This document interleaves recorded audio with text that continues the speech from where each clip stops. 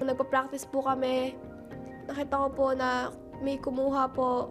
Sabi ko, hala, kala ko babalik. Looking at each other, don't lose the focus. Example, pag nagalit ka, di ba? Yung scene nagalit tayo.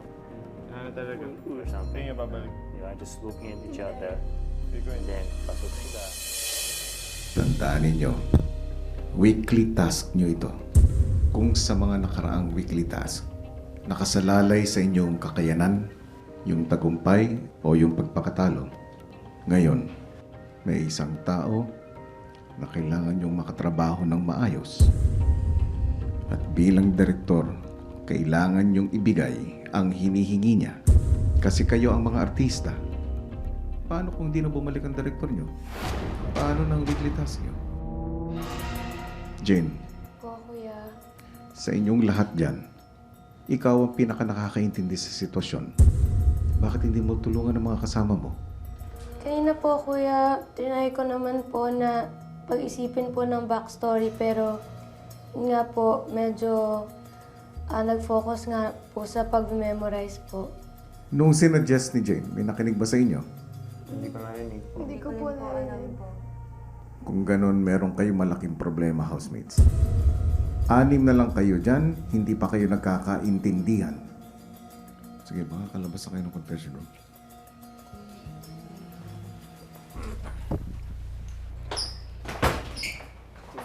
Sorry, guys.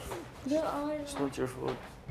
So, pag sinabing characterization, sinasabi kung saan ang background lahat ng pangarap sa buhay, yung saan nag-aral, nag-college na ba, anong course. Tatry ko rin po na tulungan na nga po yung mga kasama ko para mas matutunan po nila yung mga kailangan po nilang gawin. What's your thoughts? Masayahin ako. Tapos, lagi nakasmile. Mapalakaibigan. Wini-wish po namin na sana po bumalik po si Direk Cathy po. Medyo hopeful po ako na babalik po siya. Ilang saglit pa'y tinawag ni Kuya si Daniel at Jane. Ayaw pa niyang bumalik. Gusto niyang iparating sa inyo na sa palagay niya ay hindi pa kayo handa. Kaya kayong dalawa ang pinatawag ko. Kasi sa 6 na natitira, kayo ang may pinakakaranasan sa mundo ng showbiz. Paglabas ng confession room, agad na nag-ensayo ang housemates. Kung may sasabihin ka, say it directly to my face. Okay. You want to direct? Direct. You want me to direct? You want direct? Para sa akin po, yung pinaka-importante yung lines po para hindi bulol. Walang malit ng bagay sa'yo.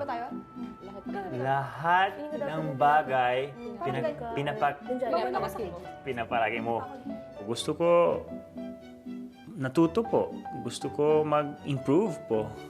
Yun ang motivation ko. No, how can you do this? Alam mo, ilang taong ka lang. At sa kanya pa. Mahal ko siya, Kevin. Yakapin ko si Joshua. Mahal ko rin, Jane.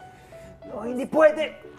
Ngayon po, mas kilala na po nila yung mga characters po nila dahil nga po dun sa ginaid po namin sila. Sina Maris at Vicky pinag-usapan ang papel ni Maris na isang tomboy. Rebelde ka kasi busy sila, tapos yung wala kaming attention sa'yo. So parang lumaki akong walang galang. Ikaw yung pasaway na rebelde. Hindi ako tomboy. Wala akong hindi ako nakaka-relate. Iiyak ako, pero baka makalimutan ko na, hala, tomboy pala ako dito. Natakot po ako if dahil sa akin mag-cut, tapos ulit na naman. Ito yung part na pwede ka nang maiyak. Pero hindi ako normal. In the sense na ako sumusunod. Yan. Tama naman sila eh. Yan. Tapos ikaw, lagi ka Di dahil may kakulangan sila. Hindi na sila pwede magpakasal at magka-baby. So kayo, makapangusga. Kung seryoso si Maris na gagampanan ng isang tomboy, si Vicky hirap seryosohin ang kanyang mga eksena. Para hindi ka matawa bukas. Scaring itsura. Huwag ka tumingin. Huwag ka tumingin. Alam ko At na. naalala ko rin ang linya mo sa akin noon. Mamamatay ako pag iniwan mo ako, Vicky. Role ko parang opposite po na kung sino ako, parang seductive po. Hindi po talaga ako yun, kuya. Ang hirap po, pero nagpaturo naman po ako sa kanila kung tama ba yung pagkasabi ko. At naalala ko rin yung sinabi mo noon. Mamamatay ako pag iniwan mo ako, Vicky. Yun. Tapos ang hirap pa, kuya, kasi ang mata ni Daniel laging galit. Kahit parang yung scene na nakakakilig na po, galit pa din. Ano ba? O paano yan? Hinihingi yan ng role mo. Ano balak mo? Gagawin ko pa din po. Push lang. At naalala ko pa yung linya mo sa akin noon. Mamamatay ako pag iniwan mo ako, Vicky. Nakikita ko na po yung role nila. Hindi ko na po masyado nakikita yung kung sino po yung mga kasama ko talaga sa bahay, yung mga housemates talaga. Malalim na ang gabi pero hindi pa rin bumabalik si Direk Cathy.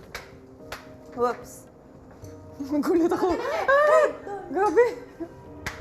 Bakit? Kinukuhan. Nagpa-practice po kami.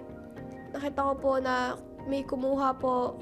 Sabi ko, hala, kala ko babalik. Looking at each other, don't lose the focus. Example, pag magalit ka, di ba? Yung scene na galit tayo. Ano talaga? Or something. Hindi nga babalik. Di ba? Just looking at each other. Hindi ko And then, pasok sila. Then, Siyempre, natakot din ako. Baka hindi na nga po dumating si Direk Cathy kasi para sa akin, kuya, gusto kong maging maganda po yung gagawin namin.